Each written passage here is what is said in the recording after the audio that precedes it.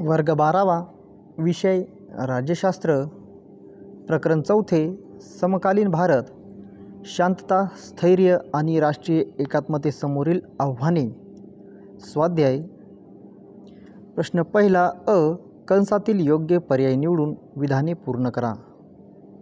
1. Dash Tamil प्रश्नावर घेतलेल्या भूमिकेचा परिणाम म्हणजे आत्मघाती हल्ल्यात राजीव गांधींची हत्या. पर्याय तामिळनाडूतील, बांगलादेशातील, श्रीलंकेतील, पाकिस्तानमधील. उत्तर श्रीलंकेतील. श्रीलंकेतील तमिळ प्रश्नावर घेतलेल्या भूमिकेचा परिणाम म्हणजे आत्मघाती हल्ल्यात राजीव गांधींची हत्या झाली. 2. पहिली राष्ट्रीय एकात्मता परिषद डॅश साली घेण्यात आली. पर्याय 1961, 1962, 1963, 1964. उत्तर 1962.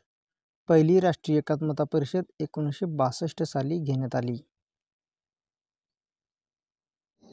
ब. खालील प्रत्येक गटातील चुकीची जोडी दुरुस्त करून पुन्हा लिहा. 1. LTTE Sri Lanka, IRA Ireland, Basque fatherland and liberty Portugal. तर यातील चुकीची जोडी आहे पर्याय क्रमांक 3. तर या जागी योग्य जोडी होईल Basque fatherland and liberty Spain. 2. Boko हराम बांगलादेश, अफगाण तालिबान, अफगाणिस्तान जैश ए मोहम्मद पाकिस्तान. तर यातील चुकीची जोडी आहे ती आहे पर्याय क्रमांक 1 बोको हराम बांगलादेश. तर या जागी योग्य जोडी होईल बोको हराम नायजेरिया. क. दिलेल्या पर्यायांपैकी योग्य कारणे निवडून विधाने पूर्ण करा. 1. जहालवादी डावे गट पायाभूत विकास कामामध्ये अडथळे निर्माण करतात कारण ते सरकारच्या विरोधात आहेत. विरोधी पक्ष त्यांना असे करण्यास सांगतात. शासनाच्या योजना या भागात कुचकामी ठरतात असा त्यांना प्रचार करायचा असतो. तर यातील योग्य पर्याय आहे पर्याय क. शासनाच्या योजना या भागात कुचकामी ठरतात असा त्यांना प्रचार करायचा असतो. 2. 1990च्या दशकात काश्मीरी पंडितांनी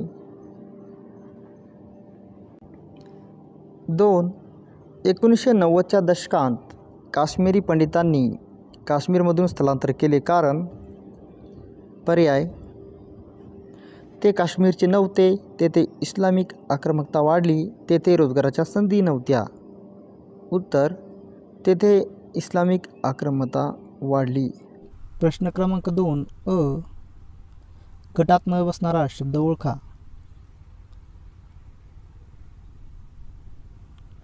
दहशतवाद, नक्षलवाद, राष्ट्रवाद, उग्रवाद. तर यापैकी गटात न बसणारा शब्द आहे राष्ट्रवाद. दिलेल्या विधानासाठी समर्पक संकल्पना लिहा.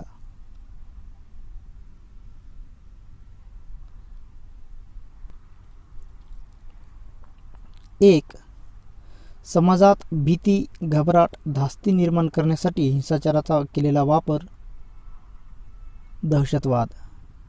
2.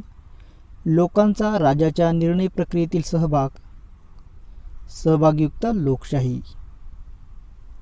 प्रश्न क्रमांक 3 अ संकल्पना चित्र पूर्ण करा.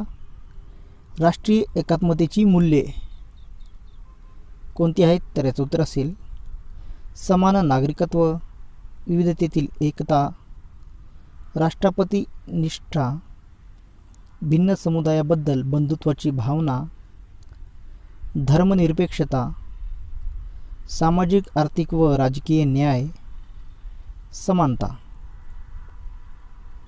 ब. खालील विधाने चूक बरोबर सहकारण स्पष्ट करा. 1. राष्ट्रीय एकात्मता प्रस्थापित करण्यासाठी आणि समाज परिवर्तनासाठी लोकशाही आवश्यक आहे. उत्तर हे विधान बरोबर आहे कारण लोकशाहीमुळे राजकीय प्रक्रियेमध्ये सहभागी होण्याची संधी देशात सर्व घटकांना मिळते. व शांततापूर्ण आणि घटनात्मक मार्गाने समाज परिवर्तन घडवून आणणे केवळ लोकशाहीतच घडू शकते. 2. भारतीय स्वातंत्र्य चळवळ ही राष्ट्रीय एकात्मतेस पोषक ठरली. उत्तर: हे विधान बरोबर आहे, कारण परकीय राजवटीपासून स्वातंत्र्य प्राप्त करण्यासाठी सर्व भारतीय एकत्र आले ही भावना राष्ट्रीय एकात्मतेस पोषक आहे. प्रश्न क्रमांक 4. सहसंबंध स्पष्ट करा. राष्ट्रीय एकता आणि प्रादेशिक अस्मिता. उत्तर: राष्ट्रीय एकता आणि प्रादेशिक अस्मिता एकमेकांशी विसंगत नाहीत. भारतासारख्या खंडप्राय आणि विविधतेने नटलेल्या देशात प्रादेशिक अस्मितेचा आदर करूनच राष्ट्रीय एकात्मता साध्य करता येईल. राष्ट्रीय एकात्मता आणि प्रादेशिक अस्मिता यांच्यात समतोल प्रस्थापित करण्यासाठीच भारताने संघराज्यात्मक शासन पद्धतीचा स्वीकार केला. प्रादेशिक अस्मिता जोपासण्यासाठी राज्यांची भाषावार पुनर्रचना करण्यात आली. राज्यघटनेच्या 8व्या परिशिष्टात 22 भाषांचा समावेश करण्यात आला. यापैकी कोणत्याही भाषेत राज्यकारभार करण्याची मुभा देण्यात आली. प्रश्न क्रमांक 5. तुमचे मत लिहा. राष्ट्राच्या प्रगतीसाठी शांतता व स्थैर्य यांची गरज असते. उत्तर: वरील विधानाशी मी सहमत आहे, कारण कामगारांचे आंदोलने, विद्यार्थ्यांचे आंदोलने, शेतकऱ्यांचे लढे, जातीय दंगली व जाती हिंसाचारामुळे देशात अराजक सदृश्य परिस्थिती निर्माण होते. अशा प्रकारे आंदोलने निर्माण झाली तर ती परिस्थिती आटोक्यात आणण्यासाठी शासनाचा वेळ खर्ची पडतो. आंदोलनाच्या वेळी सार्वजनिक मालमत्तेची नासधूस होते. दुर्मिळ असलेली साधनसंपत्ती उत्पादक उपक्रमांवर खर्च करावी लागते. त्यामुळे राष्ट्राच्या प्रगतीत खंड पडते. देशाची आर्थिक प्रगती मजबूत करण्यासाठी या सर्व समाज घटकांनी संयम बाळगणे आणि सामंजस्याची भूमिका घेणे गरजेचे आहे. त्यामुळे देशात शांतता, स्थैर्य वाढेल आणि देशाची प्रगती होईल. प्रश्न क्रमांक 6. पुढील प्रश्नांची उत्तरे लिहा. 1. भारतातील डाव्यांचा उग्रवाद म्हणजे काय? उत्तर: 2004 साली पीपल्स वॉर ही आंध्र प्रदेशातील संघटना आणि भारतीय माओवादी केंद्र या बिहार आणि परिसरात वावर असणाऱ्या वेगवेगळ्या संघटना एकत्र आल्या. त्यांनी कम्युनिस्ट पार्टी ऑफ इंडिया माओवादी या पक्षाची स्थापना केली. नक्षलवादी चळवळ, जी माओवादी चळवळ अथवा डाव्यांची उग्रवादी चळवळ म्हणून ओळखली जाते, जिथे अन्याय, शोषण, दमन आणि राज्याकडून दुर्लक्षित केल्याची भावना असते, तिथे चळवळ यशस्वी होते. शेतमजूर, दलित आणि आदिवासी लोकांचे समर्थन आहे. ती सर्व शहरी भागात, विशेष कामगार भागात पसरली आहे. या चळवळीचा प्रसार बिहार, झारखंड, छत्तीसगड, महाराष्ट्र आणि आंध्र प्रदेश राज्यात झाला. ही चळवळ कार्ल मार्क्स, लेनिन आणि माओ त्से तुंग यांच्या वैचारिक बैठकीच्या कार्य करणारी संघटना आहे. सशस्त्राच्या जोरावर रेल्वे, रस्ते, वीज आणि दूरसंचार या पायाभूत कामात दहशतीच्या व हिंसक मार्गाने लोकशाही शासन उलथून पाडण्यासाठी काम करते. 2. जम्मू काश्मीरमधील सीमापार दहशतवाद स्पष्ट करा.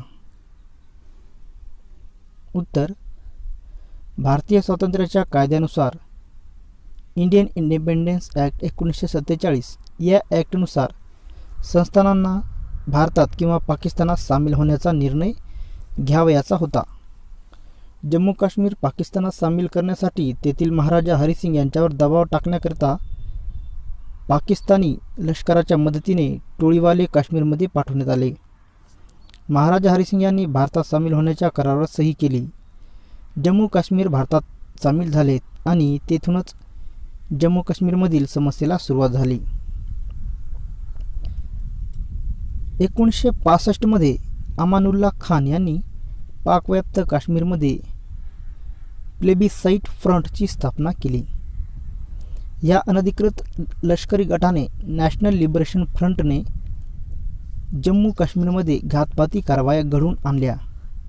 त्याचे नामकरण 1977मध्ये प्लेबिसाइड फ्रंटला जम्मू काश्मीर लिबरेशन फ्रंट असे नवीन नाव देण्यात आले. ही दहशतवादी संघटना आझादीसाठी हिंसाचाराचा अवलंब करते. या गटाला सहाय्य करण्यासाठी पाकिस्तानी हिजबुल मुजाहिदीन या संघटनेच्या दहशतवाद्यांना पाठवले. त्यातूनच आझादीचा लढा हा पॅन इस्लामिक लढा बनला. पाकिस्तानातील IIS ही सरकारी संघटना दहशतवाद्यांना आर्थिक पाठबळ व लष्करी रसद पाठवते. त्यामुळे जास्त जम्मू काश्मीरमध्ये दहशतवादी हिंसाचार वाढला असून राजकीय अस्थैर्य निर्माण झाले आहे. भारतीय सैन्याद्वारा या सीमापार दहशतवाद्यांना चोख प्रत्युत्तर दिले जात आहे.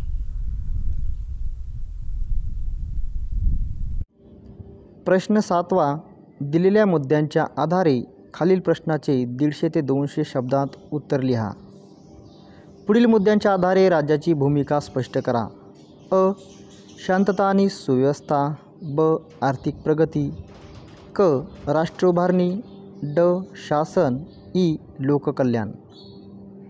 उत्तर अ. शांतता आणि सुव्यवस्था. प्रगतीसाठी शांतता, स्थैर्य आणि नागरी सुव्यवस्था यांची नितांत गरज असते. अनियंत्रित समाज हा आर्थिक अरिष्टाला कारणीभूत असतो. नागरिकांच्या जीवनमानाचा दर्जा हा प्रामुख्याने सुव्यवस्थेवर अवलंबून असतो. संघर्ष निवारण आणि सुव्यवस्था राखणे यामध्ये अतूट संबंध आहे. जर संघर्ष योग्यरित्या हाताळले गेले तर शांतता, सुव्यवस्था आणि स्थैर्याला धक्का कमीत कमी पोहोचतो. ब. आर्थिक प्रगती. प्रतिनिधित्वाच्या घटनात्मक यंत्रणेचा वापर करून राज्याने राजकीय स्थैर्य देणे, सर्व प्रदेशांच्या एकात्म आणि सर्वांगीण प्रगतीतून आर्थिक भरभराट साधणे, लोककल्याणाच्या माध्यमातून सामाजिक सांस्कृतिक विकास साधणे ही सर्व मूल्ये व ध्येय भारतीय संविधानात नमूद केली आहेत. क. राष्ट्र उभारणी. राज्याने परिषदा, प्रतिनिधी मंडळे इत्यादींच्या माध्यमातून अधिक प्रतिनिधित्व देऊन मागणीची तीव्रता कमी करावी. मागास भागामध्ये उद्योग निर्मिती करावी. रोजगार निर्मितीच्या योजना सुरू कराव्यात. ग्रामीण भागात खाजगी उद्योगांना आणि पब्लिक प्रायव्हेट पार्टनरशिपला प्रोत्साहन द्यावे. ड. शासन. राज्याने संघर्षाचे व्यवस्थापन आणि निराकरण करावे. हे करताना गरजेनुसार बळाचा वापर करावा. पोलीस अथवा लष्कर यांचा गरजेनुसार वापर करावा. विकास मंडळे स्थापन करावीत. केंद्र सरकारने मदत द्यावी. प्रादेशिक स्वायत्तता देण्यासाठी स्वायत्त मंडळे स्थापन करावी इत्यादी. ई. लोककल्याण. राज्याने राज्यातील गरजू लोकांसाठी विविध योजना राबवाव्या. मागास भागामध्ये उद्योग निर्मिती करावी. रोजगार निर्मितीच्या योजना सुरू कराव्यात. ग्रामीण भागात खाजगी उद्योगांना आणि पब्लिक प्रायव्हेट पार्टनरशिपला प्रोत्साहन द्यावे. निराधारांसाठी कल्याणकारी योजना सुरू कराव्यात.